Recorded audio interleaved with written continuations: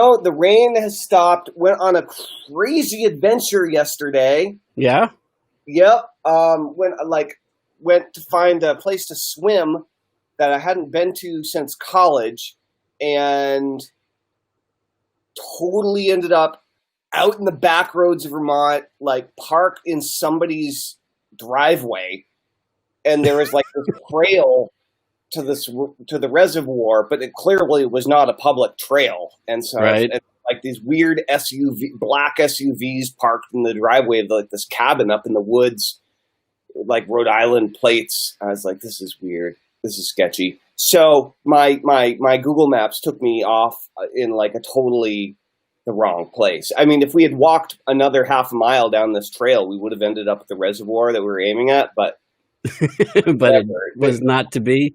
and so turned around and spent an extra half hour getting back to where we should have been in the first place. Finally found this awesome reservoir, and it was largely unpopulated due to like pending thunder and lightning storms that had been on and off all day long, and we weren't sure if it was going to be clear or not by the time we got there. Finally got there, everything cleared up, awesome swimming. And then we decided to continue exploring. And then we ended up stumbling on this secret nude beach in the woods. So funny. There were like these signs in the woods that was like, beware, nudity forthcoming.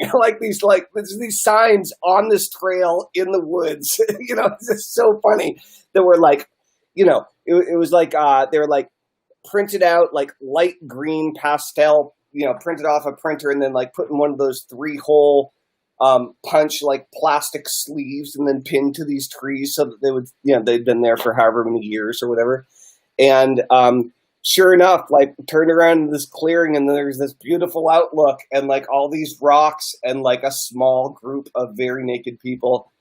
And it was just a hilarious scene. We didn't end up staying at the nude beach, but it was a good find. Are you into the nude beach scene? I never have been. But I can't imagine myself being into it either. But it was still really funny. Sure. I can't say that I've ever been in the nude beach scene, but I'm more interested as I get older, I suppose. I don't know. It seems less weird now. I don't know, man. Maybe because you care less, or because I mean, like as I get older, the shit starts drooping. Oh, I didn't even think about that kind of stuff. I guess I tend to be pretty like, I don't know, not that self-conscious anyway. For better or worse, oftentimes for worse, I tend to get myself into trouble without thinking about it. But managed to keep my bathing suit on and we decided as a group to not go and venture into the nude beach on that particular visit. It's very funny. All right, so I think we're going to talk about funnels now rather than nude beaches in the woods. Well, right on. We've got in Art of Email Marketing, we've got Jan who just commented the evolution of funnels. I love it. I suppose you could put that up, but and then Gene just put something in too, but I'm not sure. Yeah, so Jan said the evolution of funnels. I love it. Usually some follow the funnels, others get bogged down by the first or second. I find those who don't follow aren't serious when they start out. They just want to know what I'm doing, not participate or do it too. All right. And here's Gene. Gene says, hey guys. Hey Gene. And Jacqueline. Jacqueline is here, bending the spoons. Hello, Jacqueline. Awesome. So let's see, Joshua. You've been on fire lately, coming up with some cool descriptions and ideas for our videos. So the topic today is: will your funnel or funnels evolve or die? And we're going to talk a little bit about leveling up your business so you can make bigger impacts with value-based income for life marketing engines. Your names are so specifically your style. Yeah. Stuff is very has a certain tone to it. Well, thank you. I'm assuming that's a compliment, but maybe not. not really a compliment or not. It's like an accent. It's like, like Yeah. when you name something, it kind of has a Joshua Shafran ring to it. It's funny. You reminded me of something that I don't know if I want to let the cat out of the bag on, but hell, it's long since passed. It's 12, 13 years ago. There was I was doing some videos for the project that Dan and I started for the for the CMPS model, and that's when I started the Jackal, and Right. I was blurred out and in disguise, kind of like witness relocation with the shadows and the whole thing, and I put it out there, and immediately Matt Gill and Kevin Wilkie both reached out to me. They knew instantly that it was me because my mannerisms didn't change. I mean, even though the voice was distorted and there was no way to recognize me. But still, the underlying style and probably the marketing style and the types of words that you used in the copy were probably still kind of like your unique signature, right? Yeah, for sure. And I was still like, no, I denied it, and I was like, I don't know what you're talking about. They were like, yeah, whatever, and they made fun of the. Great, that's great. It was just funny. Anyway, so let's dig in a little bit with what Jan had mentioned, because I think that's pretty cool. The evolution of funnels, love it. Jan, while I'm kind of digging into this a bit, can you kind of share with us what you love about it, and then we can kind of go from there. But so she goes on to say that usually some follow the funnels, others get bogged down by them by the first or second, and I find those who don't follow aren't serious. So you're talking about like how you qualify the people that you want to work with, and how you evolve the funnels, and so are you seeing that your funnels are wearing out faster than than they used to? Are you seeing, like, is there some need to evolve your funnel itself, like from your perspective, not necessarily from your user perspective? Or are your funnels staying pretty evergreen? I'm just curious. So what are your thoughts on this, Joshua? Like, as we're waiting for Jan to respond, like, what are your thoughts on the current state of people's thinking, or the frustrations or challenges that they're dealing with funnels, and then when you talk about the income for life marketing engines, obviously we want to talk a little bit about what is that all about, and because of the tech issue than a funnel, really, yeah. But like we want to know. So where are you at in your thinking around the current state of funnels, how people are using them, the types of challenges people are facing? Well, great questions, and it's evolving, as is the marketplace. And I think, back in the day, the only people talking about funnels, frankly, and when I mean back in the day when I first started out in direct response marketing, which was offline in 1995, 94 timeframe, the only person that was talking about funnels was Gary Halbert, to my recollection. And he was talking about it more as a funnel in terms of how when somebody actually becomes a customer for the first time and become more qualified. He didn't, think about it in terms of prospecting. And so it kind of evolved from there. And I remember when I first built the teaching model online from like about 97 through 2002, 2003, when I was figuring out all this stuff and bringing this stuff online, I actually turned it into in my description, because we had to systemize our training and teach the people that we were recruiting into our business how this all worked. So I actually, mapped out a funnel in a Word document and typed up where the different pieces of it were and how it all kind of fit together so that they could see what would qualify and make it all work. So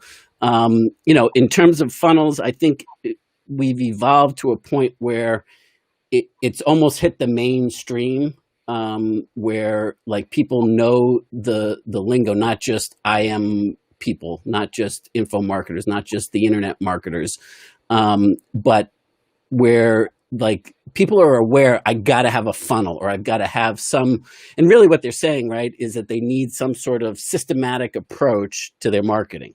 At Right. least that's what. So, exactly. So the idea of a funnel, right? I mean, it's not, again, it's evolved over time, but it's really not that complicated. Mm-hmm. It's several specific web pages set up in a sequence, right? And it's not in any way limited to just web pages, but this is a really easy way to think about it. Yep. It's several web pages set up in a sequence that with each step, it reduces the number of people. It narrows people down. That's the funnel shape. And the first web page up here might be your opt-in page, and the second web page might be your thank you page, and the third one might be your confirmation page, and the fourth one might be your it might be your webinar registration page, or it might be a sales letter, right? It might be something else. And then you set up other communication mechanisms to continue to move people along in that process. And then after people buy your first product, then what's the bump, what's the first upsell, what's the continuity program, and what's the follow-up sequence that happens via email or chatbot or whatever behind it. And that's just one example of what one funnel could look like, but it's a pretty common way versus the way non-direct response marketing people do things, which is they throw a bunch of crap up on their blog and they cross their fingers and they're irritated that nobody's buying anything, and they don't understand why, because it's a mess. It's not directed, it's not clear, it's not focused. It's just slapping a bunch of crap up and hoping people will want to give you money for it. Yeah, I mean, it's not bringing your client on the ideal journey so that they can raise their level of awareness, their insights, these things. And so it's just haphazard. And when you string all that together and don't have that journey for that prospect or client to follow, then it ends up being haphazard results. But I think something that started to take place is that we think that a funnel solves everything, and that the funnel itself should be the answer. But it's not. No. Yeah. No, it's not. And really, you have to be, concerned with or aware of what are you trying to build, and what stage of the business are you in? Where are you in your business development process and evolution of you as the business, visionary, or practice visionary, whatever that might be, that you got to be aware of what stage that's at and what stage you're at. Basically what I'd like to do, Telman, is do a much better job than I did yesterday on the technical stuff. And I think I figured out how to walk people through the Income for Life 3.0 process, which is what I'm now calling, instead of the 1.0 that I came out with in 2003, 2004 timeframe. It's really evolved and it's gone through several evolutions. And I'd like to kind of map this out and tell a story with it. And I'd love to have your insights on it as we go. Great. If that's all right with you. Yeah. So guys, as we're going, if you have questions, please type them in. And Gene, I see your question about, I need help with mine. And Jacqueline, I see, hello. So if you have questions about what Joshua or what I'm saying, please ask them. And if you have questions or pressing needs in and around your funnels and what you're struggling with your funnels, ask them. And we'll do our best to address them either today or in a future live stream if it's a whole nother can of worms. But we want to hear your questions, and we want to do our best to move you forward by giving you some practical, actionable answers. If you've built a funnel and it didn't solve all your business problems, then consider some of the things that Joshua is about to present. This is going to be really, really, really good. So do you want to share screen, and then how do you want to do? Yeah, no, what I'd like you to do is I'm going to do it all from inside of my camera feed. Okay. So if you can put me full screen, and then I can take over from there and make sure that everything All right, looks you're full screen. It ducky. looks great. Are you All right. using Ecamm just from your camera? Interesting. Interesting. Yes, and I'm now okay, cool. I'm looking at it there. Awesome. All right, so I've got my iPad here. I may let me know if anything's out of focus as I go through this, because I'm looking at my iPad, but I've set this up so that hopefully it all makes sense and Yeah, jives. that And looks you cool. should be This able. is definitely a step in the right direction, I think. Awesome. Okay, cool. And I can Oh, great, great. from there. So all right. So Nice sound let's effects just too, go by the way. over Those are what? some really nice sound effects. I You did. like that? Okay. So, the income for life business development process. So here's the way, like, it's supposed to work, and the way that we think it's going to work in business, right? Where we have, a typical entrepreneur journey where we have income on the vertical axis here, and we have leverage over here. And as we have more leverage, we expect our income to climb, right? And, forever and ever to infinity and beyond, as they say. What I first recognized and pointed out in 2003, 2004, was that there's actually three different phases of the business development process. And so phase number one is what I call income today type earnings. When you're in the income today category, it's really blocked into three different groupings, right? So if we look at this and we kind of zoom in on this portion of the graph here, everything starts in the income today category, where leveraging as your leverage point, because we still need to leverage in order to earn income. Well, down here we're leveraging our time. That's what we're starting out with, right? So. But at a certain point, we all run out of time. So we have two choices. We either have, in the income today category, we either have we either have to put in more hours or make the time that we are putting in more valuable. Does that make sense? Anything that you want to add here, or do you want me to just keep rocking with it? I think you should totally keep rocking. Okay. So so we have the time leverage, but at a certain point that caps out, right? That's why there's always a ceiling. And I don't care whether you're doing big launches and you're just leveraging your time and you're making a ton of money. Let's say you're part of the circle that makes millions of dollars on your launches, but the prep work, the time that it takes to build it up and to associate with the people and build the joint ventures. And so you make millions of dollars, but it takes 3-4 months to put it into place. And then you got to recover, you got to service the clients and everything. And so it's still capped out, right? There's only so much that you can do with that strategy, even if you're making a ton of money, or if you're a professional, consultant or freelancer that makes an extraordinary amount of money per hour, like $1,000, $2,000 per hour. The problem is that there's only so much of you to go around, right? So then we move into the second phase of the process, where we start to change what we're leveraging. And I call this income tomorrow type money, which is there's income today, income tomorrow, and income for life in this whole business development marketing systems process, right? And so the thing that changes here is that we start to realize that we're capped out. We're no longer burning out. So we then, if we want our leverage to continue to grow and we want our income to continue to grow, then we have to start leveraging systems. So, and I'll talk a little bit more about the systems in general in just a moment. But basically, when we get to this point, we've got like a system. A funnel is a system, a way of generating new clients with consistency, a way of enrolling new people into your vision with consistency. And so you've got that. And then at a certain point, though, that's going to cap out too. Your systems can only take you so far if you don't change your leverage point again And at that point, what we're going to do is we're going to move into the third category in this process, which is up here.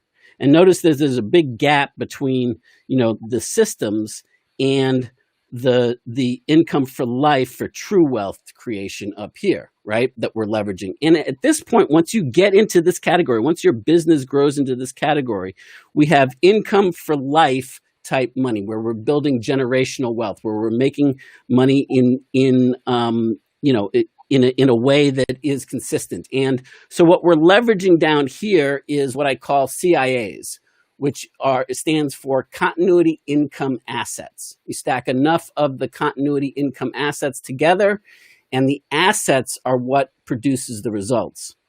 So before we just move on here, I just want to kind of talk about the income today category for a second, because a lot of people think that they've moved on from that.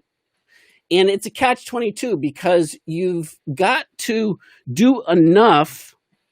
It's a balance point where you have to stay in the income today category, where you're leveraging your time for money, in order to shift into the future things. But if you wait too long, then you get burnt out and the things stop working, and there's a point of diminishing returns on you. There's not enough of you to go around.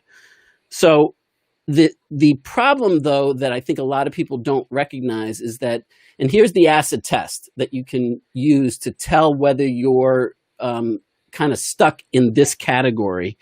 It's if you stop, you personally, if you stop, does your results stop? Right? Is it dependent on your energy? You're putting it, not a systematic approach. I'm not talking about something that you have put in place that runs with or without you. But if you stop, does it stop? That's just the asset test. And how quickly. And this is something else that we'll get into, and why systems become capped as well, is that how quickly do they stop? Like, they might not stop right away, but if you don't stop, if you don't continue to do the work involved in keeping those systems up and running and leveraging and growing, then at a certain point, even though you may have a longer tail on it, it's going to wear itself out, right? Does that make sense? Mm-hmm. So that's where I think a lot of people get stuck, particularly in the entrepreneur lane, is that they don't realize that there's 3 different types of leverage, and they don't have a systematic approach to really think about this in this way. It all starts with time. You got to put in the time. There's time arbitrage, and then your goal should be. I'm saying a big statement here, but your goal at some point is to start to leverage it into systems. And if you want an income for life marketing engine, which is the whole point of this process, then your goal should be to turn the systems into true continuity income generating assets that you stack enough of them together, and you truly do have perpetual income, perpetual influence, perpetual impact as a result. Anything before I move on, Telman? I'm tracking I'm picking up what you're laying down. This is good stuff as far as I'm concerned. And guys, if you have any questions about anything that Joshua is going over, feel free to chime in, or any aha moments or things that you're noticing about how this might apply to your life or your business. We want to hear about it. Cool. So you'll notice now that I used to have these all stacked on top of each other, like the all 3 categories were one to the other, like a stair step. They still are, but I realized that there's a point of diminishing returns right here. There's a big gap, and the rules change inside this big gap. And I call this point the zero-sum point, if you will, or the compounding crossroads. So, because what happens at a certain point is that your leverage starts working against you if you don't have the type of leverage that's going to work for you in a way. And this will become a little bit clearer as we start to kind of move down the path here. So let's name these if we can. what I call the entrepreneur or the freelancer that is inside the income today category. I call that the rainmaker, because it's up to you to, enroll people in your vision, to move people. It's up to you. It's not going to work without you creating the vision. So in the beginning of any business, that's where it starts. You got to make the magic happen, and it doesn't work with or without you. And if you move too quickly through this process and try to outsource this, or try to systemize it too soon, which I know I'm guilty of, having had some successes prior to this, I tend to want to leapfrog right to here, even if I haven't, properly laid the foundation to go through this whole point. Right. Did you want to add something, Telman? No, I mean, it's very common because after you have had some success, and you tend to want to get back there faster with your next project, with your, whether it's a webinar that you did, or a funnel that you built, or a membership program that you launched, or a whole new niche that you entered, or a new traffic model that you discovered. Like it's very easy to want to pass that off to someone else before you really have it figured out. For me, it is. Yeah, for sure. I mean, especially since it's easier, and also since I think a serial entrepreneur like you and I are, we have a tendency to remember the wins that we had and what we did when we had them, and we may move on too quickly, to the next one, before properly laying the right foundation. Mm-hmm. So let's move on to the second one, which is the income tomorrow type category, which we need for stability, the business model stability, and our stability. And I call this, or this portion of it, the growth duplicator, because what you're doing as you start to leverage systems, do you remember the first time you ever leveraged yourself, that you were ever able to multiply or duplicate yourself in terms of the results, where the first time that you got a taste of success that wasn't your time leverage, that was something other than your time? And I don't know about you, but I still remember the day that holy shit, this stuff works. Like when I placed an ad, it was offline. It happened to be a direct mail, and it happened to be a two-step classified ad approach to a requesting a special report, and then the special report was a direct mail sales letter. So that was my funnel offline in 1996, 97, in that time frame.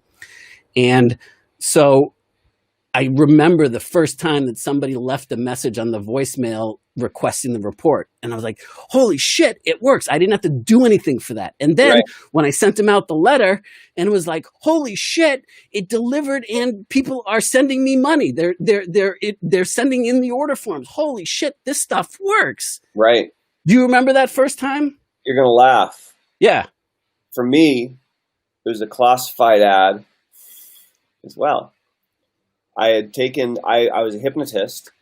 I mean, I had a little bit of this with the salsa company back in the day, because that was my first business. And so like the first big order you get, like it's a phone call and you get and somebody sends you a check for a few $1,000s or whatever. That's a big deal, right? Sure. But this is different, because I still had to make all the salsa, It takes a long time to make 10 pallets of salsa. And so I was a hypnotist, and I was trying to figure out how to systematically get clients, but there was nothing. This is in the early days of the internet, and there was just nothing available for business building methodologies for hypnotists. But I did find for $300, I bought this binder. It was for chiropractors and attorneys, and it had all, because this guy was a chiropractor and an attorney, and he became a direct response marketer. And so he developed all these direct response marketing methodologies for chiropractors and attorneys.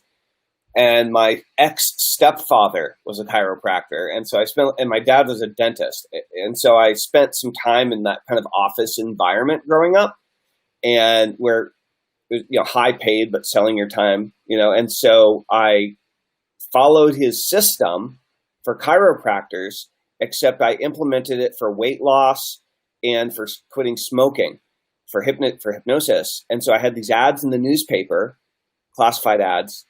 People would read them. They'd call a 1-800 number, and the service that I used was called Pat Live. And the person that always answered the phone was named Pat whenever you called for support, which was really funny because it could be it was male or female. It was Saturday Night Live takeoff, I'm sure.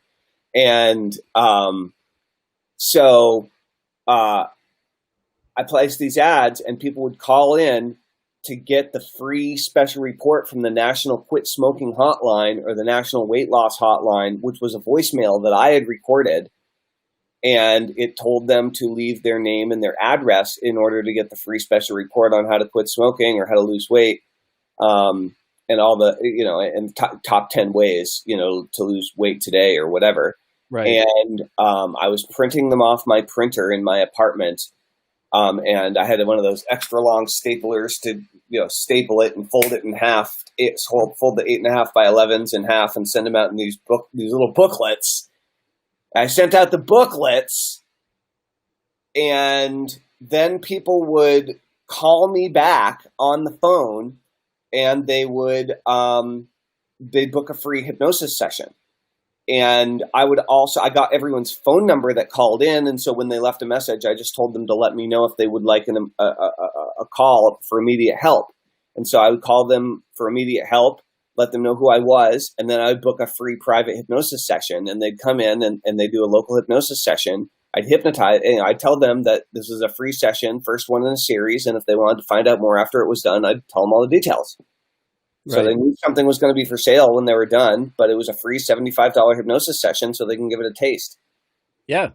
And no, I mean, there's the whole evolution, right? You went from Rainmaker to figuring out how to duplicate yourself. Right. And at first it was these mailing out the pamphlets. It's not that you stop putting in the time, but you multiplied in the systematic approach, right? Where the breakdown was, though? The breakdown was I got bored and I didn't keep on sending out the freaking pamphlets on time. I started procrastinating on the administrative side of the business. Totally fell apart. Right, which leads us to the next piece of the equation, which is when your systems start breaking down, right? Right. And so what happens there is that at a certain point, let's see, where are we? That everybody can see that, right? I'm on screen with most of this. Okay. Yeah. So the reason why I put a box around this portion right here is that I recognize that there's a point here where somewhere in the systems process, somewhere between being the growth duplicator and you become the system fixer, meaning that the systems start breaking down because they aren't built as a true asset yet. So they start to, meaning that they don't run with or without you. They require you in some capacity because in effect, you have duplicated yourself. You have multiplied yourself, but that means that you are still the biggest breakdown in the equation, right? Because you take you with you. And it should be pointed out that all of these things, and the third one that I'm about to put up here, are reliant on your time still. There's still elements of it where you're trading your time for money because you still have to put your time in to develop the systems now. You're getting more leverage out of it. So you have increased your amount of leverage. You're able to go past this, barrier here and go even further. But at a certain point, all of this caps out and starts to break down. And that's where, well, I'm going to skip over that for now because I think that's in the wrong spot right now, I think. So what we have at this point is at the very end of the process here, or at the very peak, when this caps out, when all three of these areas cap out, you've now become a professional systems fixer, right? where your entire life as the entrepreneur, as the business owner, as the freelancer comes down to either doing the work yourself, or your work is you're treading water and you're trying to keep from drowning, because as you're doing this, you're fixing the next piece of the process that is no longer duplicating you, right? And so those parts start to break down because there's only so much of you to go around, and you're trying to, kind of Frankenstein the different pieces together. And this is the point where you've got to either evolve your business model, or if you continue to, the definition of insanity that everybody quotes or credits to, I believe Einstein, doing the same things again and again and again, but expecting different results. Well, what ends up happening is that if you continue to deploy linear leverage or transactional leverage, which is what all of these are, the growth duplication, the systems fixer, you're deploying that transactional approach. You've made more money, you've gotten more leverage out of the deal, but there's still a cap here. And what happens is that if you intend to try to get to income for life type business model, or your marketing model where it's a true asset-based engine that's running the program, so to speak, up here, well, then your business has to go through a true evolution at this point, because the type of leverage that you're trying to deploy, the linear leverage, will start to work against you once your business has grown to this point. And that's why I entitled this "Evolve or Die." It's an offshoot of Jay Abraham's business model, where he talked about evolve or die, grow or die. And probably either Halbert or John Carton or some Top Gun copywriter is the one that came up with that amazing headline, "Grow or Die." And I believe at this point, it's either evolve or die, because what starts to happen is that you've reached the compounding crossroads.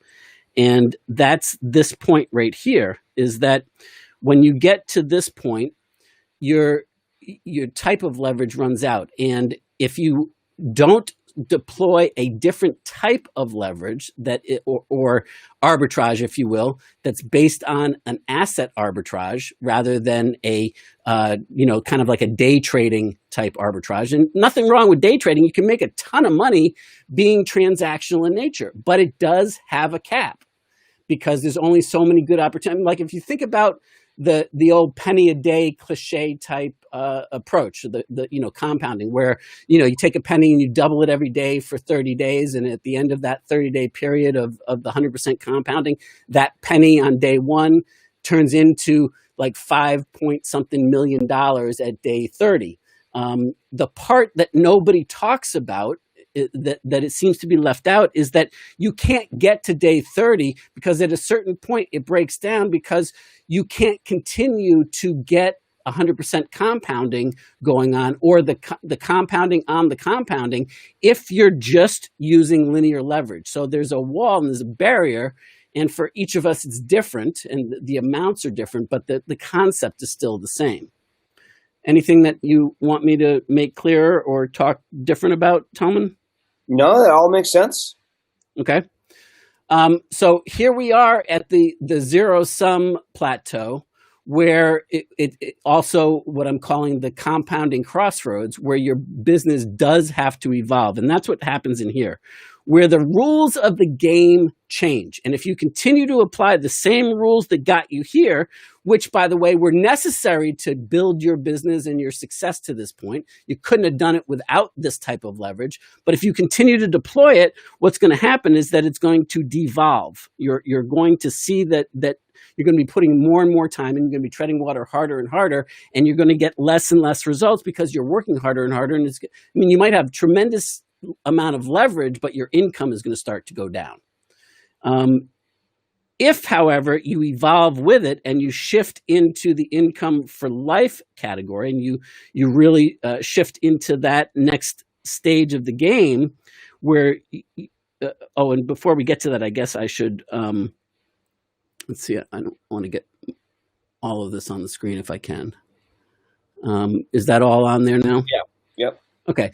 So if on this side of the equation, right, on this side of the line or the imaginary line going through the center here, you've got linear leverage over here, or what I call day trader arbitrage, where you've got some leverage, you've got some stuff happening. Great. You've got some multiplication, you've got some amplification. Here's a, kind of a graphical depiction of that, where you've got day trader arbitrage. You've got some sort of time and money or systems input, a mixture thereof that's an input. This magic black box, whether that's a funnel, whether it's whatever, it now multiplies it, and you've got more than on the, in best case scenario, it's got an increased output. However, it's still day traders arbitrage here, where the funnel or the system is transactional in nature, where if you stop the transaction, it's only as good as the next person going through the system, or the next campaign, or until the Google algorithm changes, or until the next change or shift in the Google's or Facebook's approach to what they favor and what they're looking to accomplish, and what they won't allow anymore. And when that stops working, then your entire success stops working as a result of that, right? But you can, while it is working, you can make a tremendous amount of income underneath linear leverage, underneath transactional type leverage with day traders arbitrage. Mm-hmm. It's not that it's not to be done. It's just that it doesn't give you the maximum leverage. And so if we now look at the other side of the equation here, beyond this, when we evolve past this point, we've got exponential type leverage over here. And we've got asset arbitrage, where we're starting to leverage assets as a result. So, what that ends up looking like, and what I'm calling the CIA type asset, is that your output, your increased output over here, same concept, same kind of time and money mixture and systems going into your black box. But now what your black box is based on asset arbitrage. So what ends up happening is that there's increased output, and that automatically gets fed back to and enhances your input, and it continues. So that's the compounding effect, if you will. Now, when we move back into this portion of the equation, the thing that I don't think we understand is that once we meet this, do you want, basically you can do this, or you can do this, right? And that's what happens that's why what I mean by the rules of the game change at this point. Because when you continue to deploy linear leverage at this point, it starts to divide on itself. Your results start to divide on itself rather than exponentially or geometrically grow upon themselves. So you can either have reverse compounding or positive compounding, right? It either divides on itself, and that penny a day now starts to become less and less and less each day as you're treading water faster and faster, trying to stay afloat, trying to hold your big infrastructure. You've built your systems, you've built your business model, you're fixing the parts as they wear out. But what's happening is that you're trying to hold up something yourself, and it still depends on you. And if you stop treading water at a certain point, you're going to go under, as is the rest of your business model. And so it starts to dissolve backwards on itself and divide on itself and be reduced in nature, rather than continue to amplify up and multiply on itself, which would be, the actual definition of compounding. Compound leverage. And that's the challenge, because where I think people don't realize is that once you reach the compounding crossroads, or that zero-sum plateau point, where it doesn't matter how much energy you put in or how much leverage you seem to get or how many great breakthroughs in the new systems and all of that stuff. What ends up taking place is that it starts to work against you, and you have a reverse compounding effect unbeknownst to you, because it's zero sum, right? Like you've reached the point of diminishing returns, but don't realize that the type of leverage that we've been employing in all three of these areas, whether we're a systems fixer or whether we're a growth duplicator or whether we're still in the rainmaker portion, or whether we're kind of bouncing back between all three and kind of like trying to keep all the plates spinning and that type of thing. That's where we start to get caught up in this process, and there needs to be a plan to evolve it and to have a true business asset. And while I didn't know this at the time, when I first came out with NPod back in, when I first released it based upon the $50 million in gross revenues that I had been able to engineer and create in the business model way back in 99 through 2002,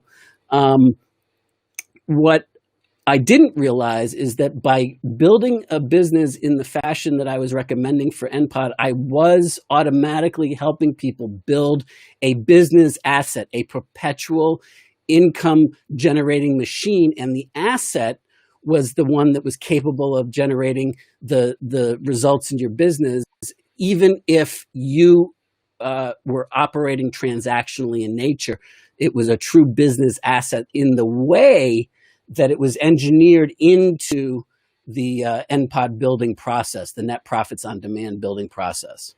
All right, now I will take a breath and let you take over for a bit, Telman. I will actually agree with you on this. It's very interesting. When I first learned about some of these concepts at the beginning of my internet career, it allowed me to go from thinking about just like working my ass off in order to make money in my business to, how to design a machine that will take over for some, if not all, of the things that I need to do in the business, other than building more machines or maintaining them, right? And so it gave me an enormous amount of freedom to be, I think about each NPod a lot. Like in my mind, I just imagine an NPod, whether it's for one business or an NPod style business model for several different businesses and several different niches, or serving different markets. I like to think of them as vending machines, and someone else restocks the vending machines and collects the money and deposits it in the bank for me. Right. And each new vending machine I build might be better than the last one, and maybe it has better stuff in it, and it lasts a little bit longer, and people like it more, so they spend more money with it. But they're always out there, and they're generating money in the background. It could be a series of these little, invisible vending machines that are all serving one market and one group of people, which I prefer now. Back in the day, I used to spin up new businesses and new companies and new niches and new markets every 5 minutes, and that stuff's hard to maintain with all those different markets and all those different businesses and all the different domain names. It's very hard to maintain that much stuff. So I prefer now building NPods and building these models within my one primary market, ideally, and then every now and again I veer off. But it's really good stuff, and it really does apply, and it makes a huge difference between whether or not you get in a long-term growth curve or whether you just consistently plateau out and get stuck. Right. And it's not good or bad. It just is what it is, right? I mean, it just is the process. I mean, in fact, I believe it's a rite of passage, so to speak, in terms of going through it. And, remember when funnel hacking was all the phase, where, all the craze, where you would, hack the next thing. And that was great because it got us linear leverage, rapid prototyping, right? When you're in that rainmaker and growth duplicator mode, that's where, you know, you've got rapid prototyping going on, where you got proof of concept, and you're figuring out what else works in the general world out there, and how to hack it for your needs to be able to apply it into your world. But at a certain point, that wears out, and you can't continue to hack, funnels unless you have a systematic approach that really creates the environment of the back and forth. You know what I mean? Mm-hmm. I do. We have all sorts of people chiming in on some of the different platforms that are saying hi. I just wanted to give a quick shout out to Luba. Hello, Luba. And John Romanello. Hello. And Tony. How's it going, Tony? Good to see you, my friend. And Joshua, I know that you're in the middle of this kind of like pretty cool process that you've mapped out. We do have some comments and questions whenever you're ready. Yeah, man. Actually, this is the journey that I wanted to map out yesterday, and I think I've done it adequate justice today. So, you know, we can start diving into some specifics if you want, and you know, we can go back to the shared screen if you want, and take it from there. Yeah, that'd be awesome. Let me just go. Okay.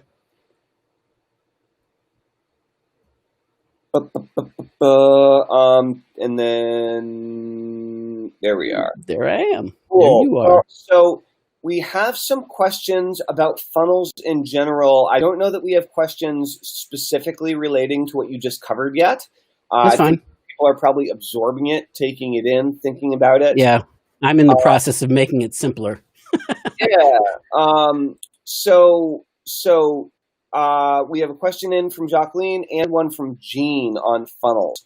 Okay. So I'm just going to lay it down, and we can answer this as appropriate. So which is better on a sales page? Start with a big ticket bundle or start with small and build up to it? It's like asking how long should your legs be? You know, long enough to reach the ground. Sure. The question is, now we're talking about a linear leverage type question, right? The real thing to consider is what type of a business model are you looking to create? And right. So like for right now, what Telman and I are working on, and what we have a very expensive consulting program. And so, but that is our first sale, and that is our only sale, frankly. So we've got a different process in place to give value, to build relationship, to attract the right people, to distribute the right insights so that they come along and evolve in the right way. And those that are ready and capable of it can now start with a big ticket item, which they're not really starting with, because we're giving away, the training and the materials that we're giving away to get people to that point are actually, we each could be selling these things for hundreds, if not thousands of dollars, in a collaboration approach. So I wouldn't ask the question, which is better or which should I do, is what is your model? And, generally speaking, it's easier, not necessarily true all the time, but it's easier to sell a small ticket item and, ratchet yourself up from there. However, what you will find is that the people that you deal with at a smaller ticket, and again, it depends on the market. It depends, I'm talking general terms here, and I'm making a gross generalization that you really need to test and check. Right. And, at the end of the day, you need to build the model that you want to build for you, for your business, with the end result in mind, whatever that looks like for you. If you want an income for life marketing engine behind it, then you're going to want to deploy this process to eventually turn it into a business asset, and operate from those grounds through that process. Now, how you get there, there's a million different ways and then some, and oh, wait a minute, another new million different ways have just appeared and elaborated. But if you have a filter for where it is that you say you want to go, and what that means to you and what you want to have for clients and who you're optimizing for, what you're optimizing for, and how that looks at the end of the day in terms of the type of business, then you now have the ability to filter and decide and make those decisions based on that. You know, when you find a new funnel or when you find a new piece, does this fit with my overall strategy? Rather than, as I see a lot of entrepreneurs doing, particularly right now, is they abandon everything to go for what's hot and working right now, regardless of whether that's going to serve their bigger image or, you know, picture for what they want to accomplish with their business or not. And there's a prime example of reverse compounding taking hold there because it's working against you. So let me give you like 2 examples of this, Jacqueline, just to kind of bring it into perspective, because this is very important. Is you do need to decide on the business model that you want to build and the lifestyle, at least that you're striving for. Right now, it may not be what you end up with exactly, but it can be eventually. But along the way, what are you aiming at, right? And so, here are 2 examples. They're radically different, but they directly address your question. One example is I'm only going to teach like high-level psychokinesis and mind techniques to wealthy individuals. And it's going to be $1,000 a month. I'm only going to work with 10 clients. That way I'm going to make $10,000 a month. And I love doing private consultation / strategy session style sales calls. I've been trained in how to do that, and I know how to sell high tickets. So that's what I'm going to do. I'm going to build a $10,000 a month business. I'm going to get 10 clients at $1,000 a month, and I'm going to teach them high-level mind stuff. You could do that, right? Another way would be like, I really hate talking to people. I really don't want to have to deal with any customers myself if I can possibly avoid it. So I want to make $10,000 a month. So what I'm going to do is I'm going to make a low-cost spoon bending monthly program that's $10 a month, and I'm going to get 1,000 people in there at $10 a month, and every week, I'm going to create a new super cool 30-minute training video that's going to teach people new mind-bending techniques, you know, or whatever, psychokinesis techniques. And I'm never, ever going to have to talk to a single customer because people freak me the fuck out, and I'm not willing to talk to anybody. So, right, so that would be low cost, $10 a month versus high cost, $1,000 a month, private sales calls versus writing sales copy to get people into your program. It's a totally different business. Same customers, same type of information you're teaching, totally different business. What do you want? Same marketplace. Yeah, totally. I don't know if it's the same customers. That remains to be seen yet. Okay, well, it's interested in the same stuff, right? Yeah, same market. I mean, you know. And I guess with that said, right, with all of this said, it's like, what should you do? I mean, a big piece of it that can give you a lot of clarity, we were talking about the idea of funnel hacking earlier, is business modeling. And what I mean by that is who already has the business that you want. And I don't want to flip an answer. You got Geller, maybe, maybe not. Okay. Whoever the person is, they don't even need to be necessarily in your industry. Okay, they don't necessarily need to be teaching anything that has to do with woo-woo anything. But it's going to be probably easier for you to model if it is a little woo-woo. And look at their business and be like, okay, well, how are they operating, right? Get on 10 or 20 or 30 lists of your competitors / colleagues who are great marketers and just read every email they have, get on every webinar they do, get in their Facebook groups, follow them everywhere, and like look at what they're doing and who has the kind of business that you want to have. And that's a really easy way to tell you, look, I want a business like this person. I want to look, feel, I want to act kind of like them. I want it to run kind of like them. It's playing to similar strengths that I have. This seems like a good direction to go. That also can give you an indicator of some of the types of funnels that you should try first. I wanted to speak to this for just a second because this came up before with Jacqueline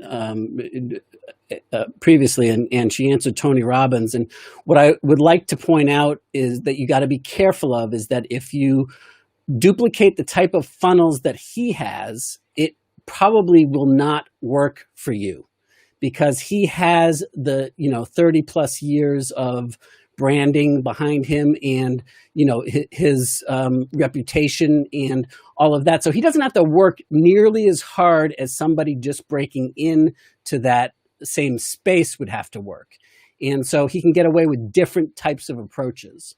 I'd also like to point out he has a massive series of teams for all of his different companies that help him to run these pieces. I don't think you would want his business because you wouldn't have the capability of running it. Like that's what I mean. Who has the business you actually want? Like, do you really want to be in meetings all the time and just like dealing with Right. high-level corporate executives all day long? Because if you do, then welcome to Tony Robbins. Right? Like, Great time point. meetings all day. Great. Sounds really fun. Gene's asked some really great questions. If I didn't interrupt you, I would like to help Gene out a bit. Yeah, totally. Go for it. I was just going to start pulling her questions up next. Awesome. So let's start with the beginning one, which if you could put on whatever shows up, should I go ahead and create the landing pages? Yep. Or Should start? So should I go ahead and create the landing pages or start getting them set up for my affiliate offers? I want to create videos of my reviewing and or using the products eventually. Or will that take me off track, which never happens? You want me to answer? Sure. I just monologued for a while. Go for it. Gene, I recommend that you follow, as a NPod client of ours, that you follow the blueprint that we've laid out for you. And until you've got that, in place, don't screw around with anything else. So, we've got, you still have to get the invitational process going. You still got to get the group process going. You still got to get the X Factor stuff in place. And once you've got that, then we can, you now have a true business asset that is now not only building, but as you feed new people into it, new people coming in at a level of awareness, they become part of the engine and they pop out the other side with a greater awareness, more willing to be influenced by your references, whatever that looks like, for whatever that is. And that happens with systematic certainty. Then you have that is now an engine, right? So go ahead, Telman, what were you going to add? Yeah, I totally agree 100%. Definitely keep following the process with NPod and don't get like lost in the weeds with other random stuff. But the next question that Gene was asking, I think, is really closely related to her first question. Okay. Which is about our email sequence and, again, direct links. And so the question was, I'm working on my welcome email sequence. Okay. How do I share a direct link to something specific? A post in my group? ? I can't figure that out. Does that work only for videos? Okay, so I'm going to just tell you how I would do this.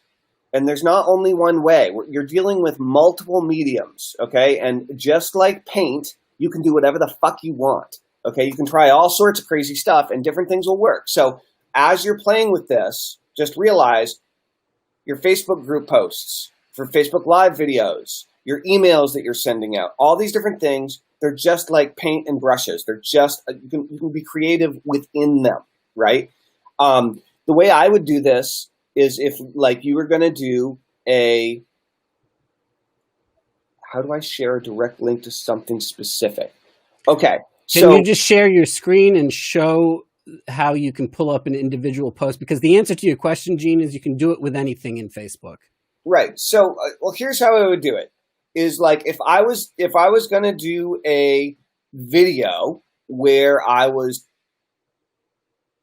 painting something and showing off and I was selling the paint or the paint brushes that I was using, I like, for example, I might do a Facebook Live video and do the painting and, really talk about how awesome the paint and the paintbrushes were. And then at an appropriate point in the video, I would already have my affiliate links, assuming it's an affiliate program, set up, ideally running through tracking links so you know how many people actually click on those. And I would pop them into the comments in the middle of your Facebook broadcast. That's it.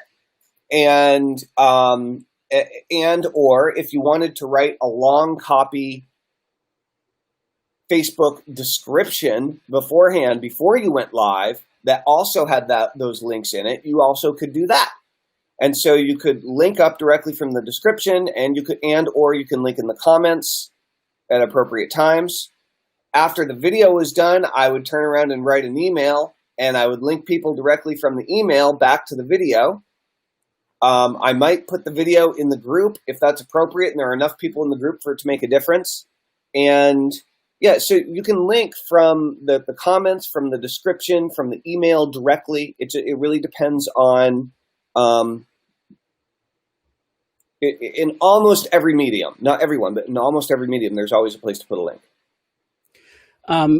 You have to play around with it. I'm looking right through it now, Gene, to try to tell you there isn't a blanket thing, but like, how when you click into the group, for example, the Art of Email Marketing group, and you click on the video, one of our live stream videos in there, and it takes you to a different page, kind of like an overlay, if you will. Well, what ends up happening is that at the top there, that is a different link up there. And the same thing happens with any post. You can actually pull that specific URL and link directly to that. So it's a solo thing, or it's pointed to that. You're going to have to fish around for it, but it is absolutely not only possible, advisable. That's right. Awesome. And Gene, this is one of the benefits of our Thursday calls, because we can just deal with this directly and find out exactly what your situation is, look at your screen, and walk through it with you. Yep. So if you don't have this dialed in by Thursday, definitely bring it up. That'd be great.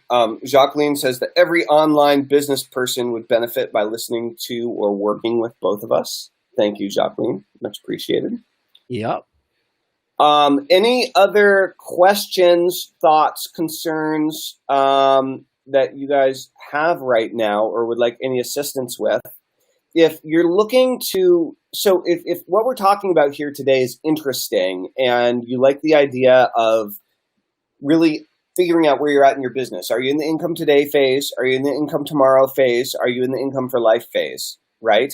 And what do you need in order to move past those plateaus? What adjustments in your thinking, what adjustments in your business model, what adjustments in your business structure and or your team or some of your systems that you have set up do you need in order to really get this humming for you, right? And we'd be happy to have a chat about that. So Joshua, what do you want to do from here? Do you want to drive people to penny a day? Do you think people should just schedule, just reach out to us individually, and we should have a chat in Messenger? What would make the most sense for you? Let's do both. If you know that you want to have a private, consult session with us to figure out how to apply this to your specific situation. Obviously, there's no obligation, but we're of course doing this so that we're willing to spend the time and give thousands of dollars worth of our time and energy to give a blueprinting conversation with you, is because we want to see if this is something that you'd be interested in working with us on as an NPOD client of ours. But there's no obligation or and frankly, not everybody qualifies for what we're looking for. But we will still do our best to help you, get past where you are right now and move to your next level, whatever that might be for you. And if it so happens that it's a match for you to work directly with us as an NPOD client, we'd love to have you. And if not, that's cool too. So with that, if you know you're in that boat, I would recommend that you reach out to Telman or myself via DM us directly, and just tell us that you'd like to, to schedule a private consult with us, and one of the or the both of us will make some time to see how or if we can help you. And on the other hand, if you want to go deeper, like on the compounding issue and the reverse compounding and the penny a day cliche stuff, then you can go over, and I don't have that link handy. And frankly, when I posted it yesterday, I got flagged by Facebook because I posted it just the link in all three areas really fast. Oops. And so they said, sorry, and they slapped my hand.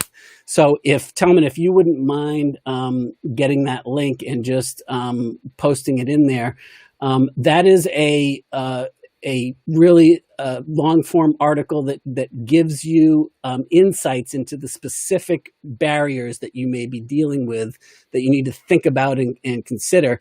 And then at the end of that, there's an opportunity to take advantage of our diagnostic tool, our assessment that will give you more insights and help you to decipher a little bit better.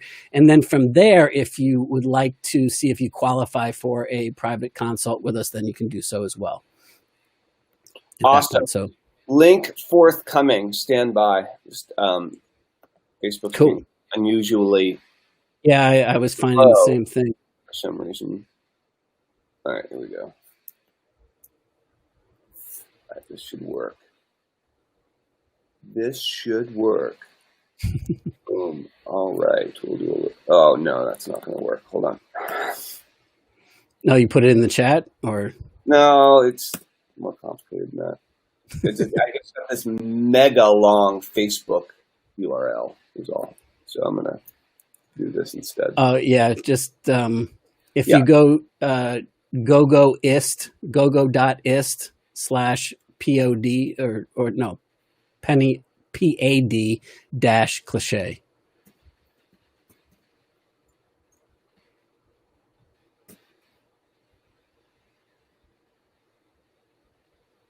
All right, that worked. Cool. Check it. All right. All right, I'm gonna pop that in there for a few of you guys. So check it out. And in the meantime, I think that's probably about it for today, huh, Joshua? Yeah, boy.